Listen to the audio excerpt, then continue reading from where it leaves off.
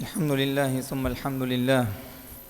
الحمد لله الذي هدانا لهذا وما كنا لنهتدي لولا أن هدانا الله وما توفيقنا إلا بالله وما توكلنا إلا على الله والصلاة والسلام الأتمان الأطهران على سيدنا وحبيبنا وقرة أعيننا محمد صلى الله عليه وعلى آله وصحبه ومن والاه. ونشهد أن لا إله إلا الله وحده لا شريك له ونشهد أن سيدنا محمدًا عبده ورسوله وصفيه وحبيبه خير نبي اجتباه ورحمة للعالمين أرسله بالهدى ودين الحق ليظهره على الدين كله وكفى بالله شهيدا. أوصيكم ونفسي المخطئة بتقوى الله عز وجل وأحثكم في طاعته وأنهاكم عن معصيته وأستفتح بالذي هو خير فإن خير الكلام كلام الله وخير الهدي هدي محمد صلى الله عليه وعلى آله وصحبه ومن دعا بدعوته واهتدى بهديه إلى يوم الدين. يقول الله عز وجل في كتابه: زين للناس حب الشهوات من النساء والبنين والقناطير المقنطرة من الذهب والفضة والخيل المسومة والأنعام والحرث ذلك متاع الحياة الدنيا والله عنده حسن المآب.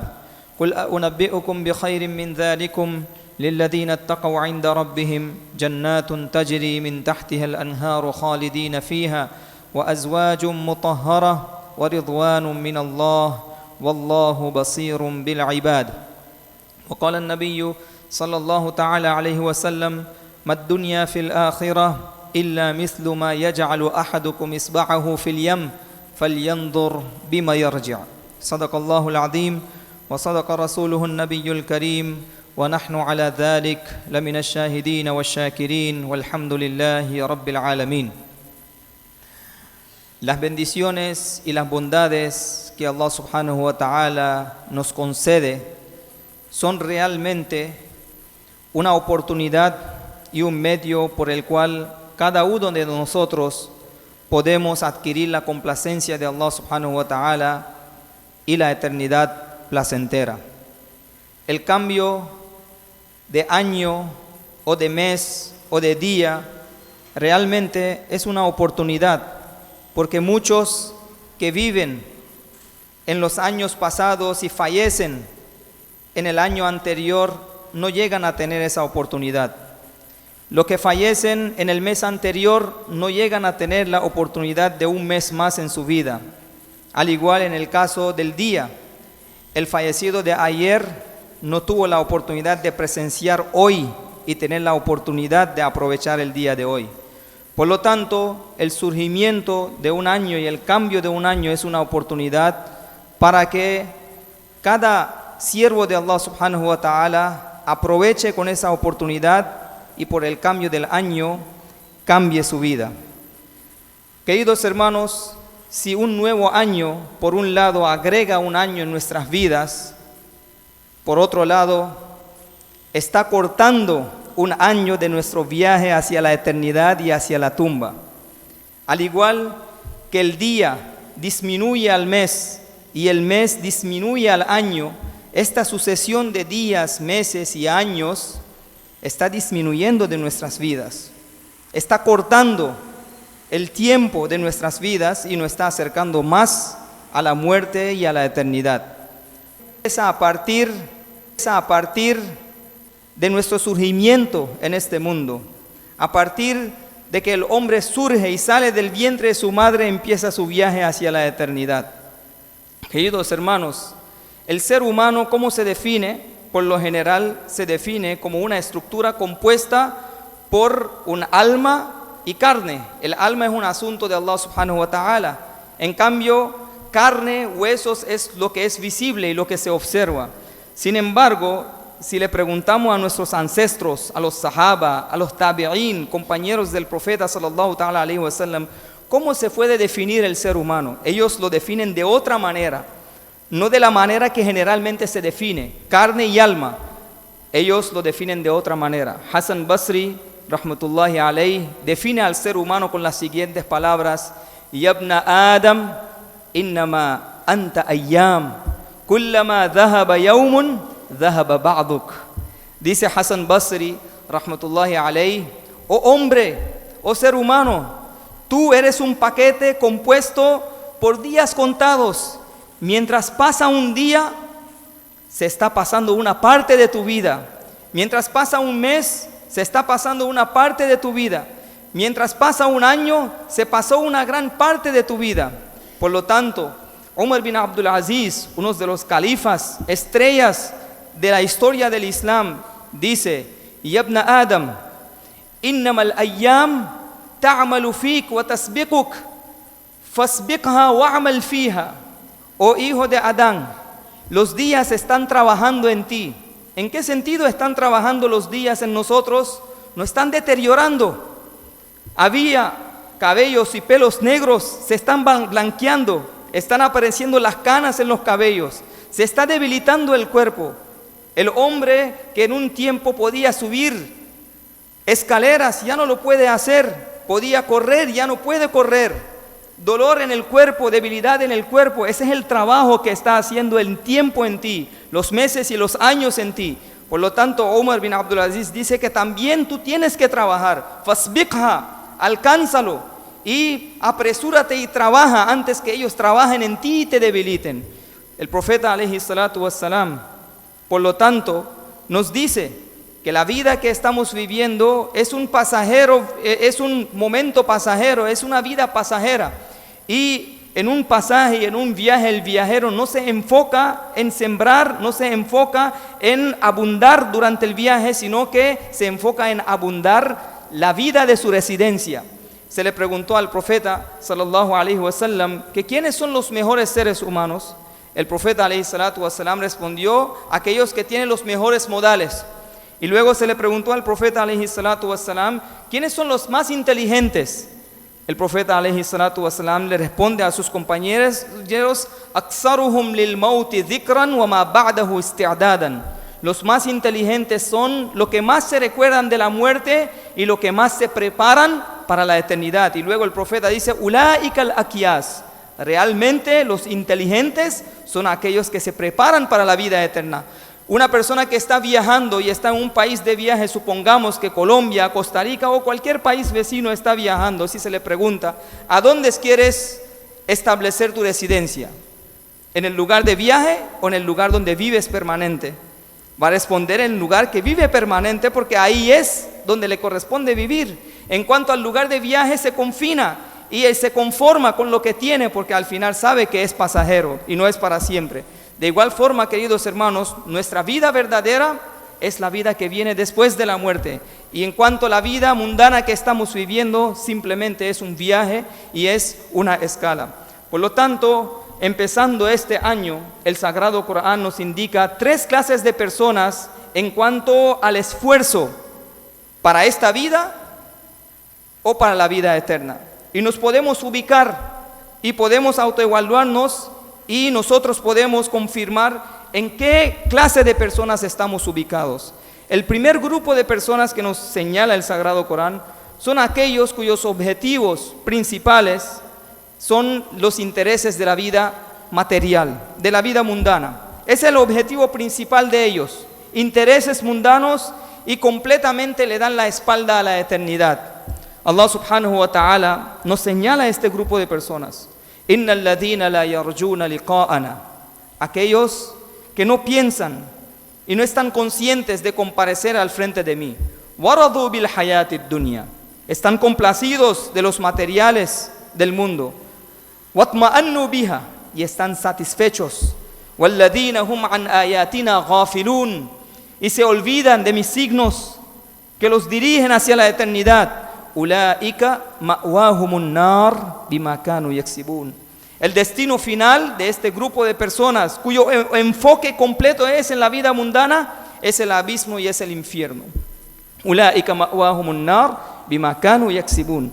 Y en otro versículo Allah subhanahu wa ta'ala le dice a su amado profeta alayhi salatu wassalam: fa'arid amman tawalla an dhikrina wa lam yurid illa al-hayat ad-dunya. Oh mensajero, oh profeta, ignora a aquellas personas que le da la espalda a mi mensaje y su objetivo solamente son los intereses de este mundo temporal. Este es el primer grupo de personas y le pedimos a Allah que nos proteja de estar en este grupo. El segundo grupo de personas son personas que se dedican a establecer un balance entre el mundo y la eternidad. Tratan de cumplir tanto con sus intereses mundanos y también anhelan tener una eternidad. Allah subhanahu wa ta'ala también menciona a este grupo en su sagrada revelación. No está hablando de siervos y de hombres que trabajan. El Sagrado Corán no está admirando a personas que no trabajan, sino que está admirando a personas que trabajan, pero no permiten que sus trabajos los distraigan del cumplimiento con Allah subhanahu wa ta'ala. El Todopoderoso dice en su sagrada revelación: Rijalun la tulhihim tijaratun wa la bay'un an dhikrillah wa iqamis salati wa ita'iz zakah yakhafuna yawman tataqallabu fihi alqulub wal absar. Está admirando el Sagrado Corán a aquellos siervos que trabajan, que salen en el trabajo, hacen negocios, pero no permiten que sus negocios los distraigan de cumplir, de establecer los rezos y de cumplir con Allah subhanahu wa ta'ala, y temen del día del juicio final. Este grupo, queridos hermanos, aunque tiene un 50 y 50, sin embargo, la eternidad solamente la va a tener al 50%, no va a tener una eternidad abundante. En cambio, el tercer grupo que se indica en el Sagrado Corán es el grupo que en todas las prioridades de su vida, lo que encabeza la lista es los objetivos eternos, son los intereses eternos. Todo lo que hace en esta vida busca a Allah subhanahu wa ta'ala. Su negocio es como una adoración, es como rezar en la mezquita. La convivencia con la familia es como adorar a Allah subhanahu wa ta'ala, porque no convive con la familia para complacer a sus esposas o a sus hijos o a sus familiares, sino que busca complacer a Allah subhanahu wa ta'ala. Por eso se mantiene consistente en sus tratos con la familia. Con los amigos en la vida social vive como si fuera adorando a Allah subhanahu wa ta'ala. Estos siervos de Allah subhanahu wa ta'ala, que en cada paso de la vida buscan la complacencia de Allah subhanahu wa ta'ala, son los que tendrán abundancia inmensa en el día del juicio final.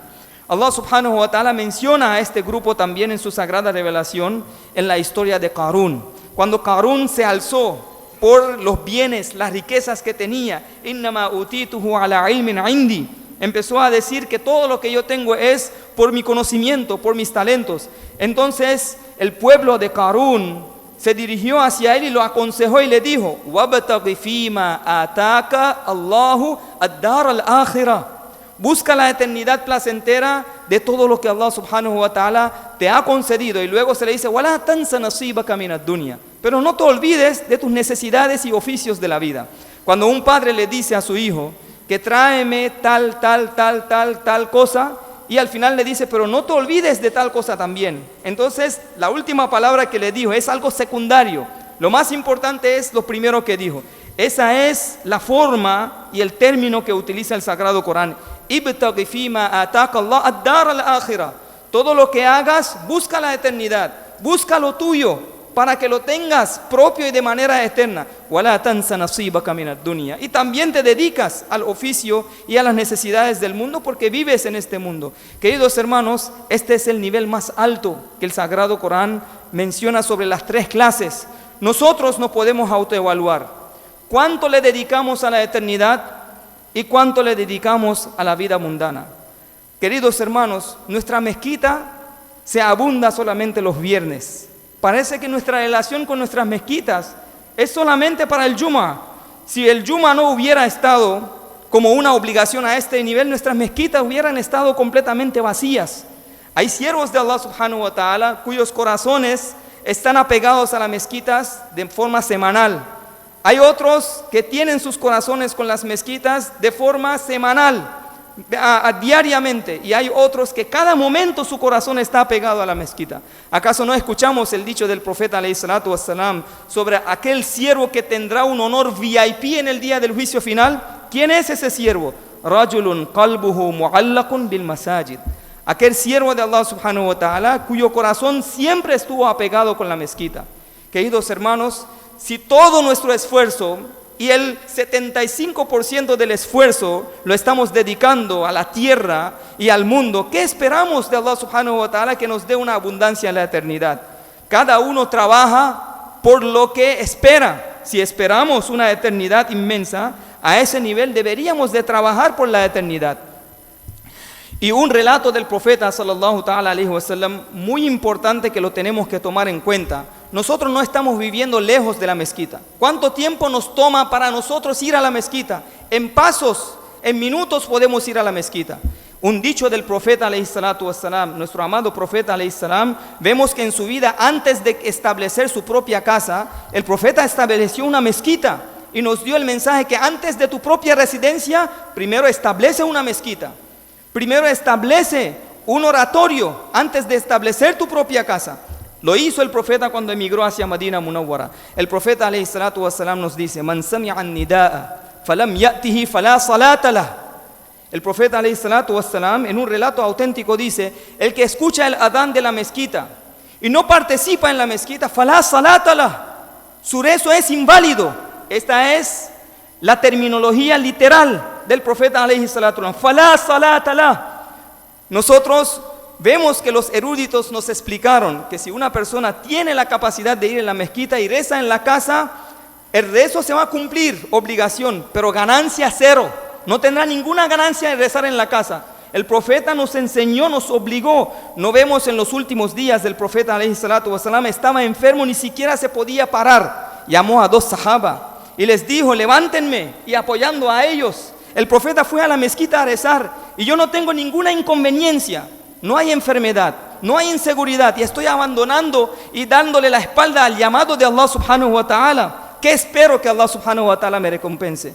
Por lo tanto, queridos hermanos, nos veamos y observemos a las comunidades donde viven musulmanes. Si no tienen una mezquita, no tienen a un sheikh, no tienen a un profesor que les enseñe el din, vamos a ver esas comunidades y vamos a agradecer, alhamdulillah, la bendición que nosotros tenemos. Hoy en día, si nuestros niños están aprendiendo, están recitando el Corán, inclusive me dicen los niños enseñándole a sus papás cómo rezar, cómo decir los duás, cómo recitar. ¿De dónde proviene esa bendición? Esa bendición proviene de la mezquita. Esa bendición proviene de tener a alguien que te está dirigiendo hacia la eternidad, hacia la abundancia eterna. Aprovechemos la oportunidad que Allah subhanahu wa ta'ala nos ha concedido. Abundemos nuestra mezquita. No le demos la espalda al llamado de Allah subhanahu wa ta'ala. Yo estoy jugando, yo estoy trabajando y recibo una llamada de mi padre. Dejo todo por él.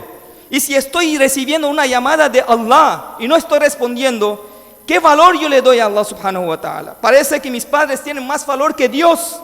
Y eso está en contra de mis principios. Primero que todo, el más digno de ser valorado es Allah, el profeta alayhi salatu wassalam. Luego vienen nuestros padres. Entonces, وَمَنْ يُعَظِّمْ شَعَائِرَ اللَّهِ فَإِنَّهَا مِنْ تَقْوَى الْقُلُوبِ. Cada uno valora de acuerdo al nivel de piedad y de amor que tiene hacia Allah subhanahu wa ta'ala. Queridos hermanos, el profeta alayhi salatu wassalam y el Sagrado Corán nos indica la diferencia entre este mundo y en la vida eterna. El Sagrado Corán, cuando nos habla sobre el mundo y los intereses mundanos, ¿qué nos dice? Famshu fi manakibiha wa kulu min rizqi. Caminen y busquen el sustento.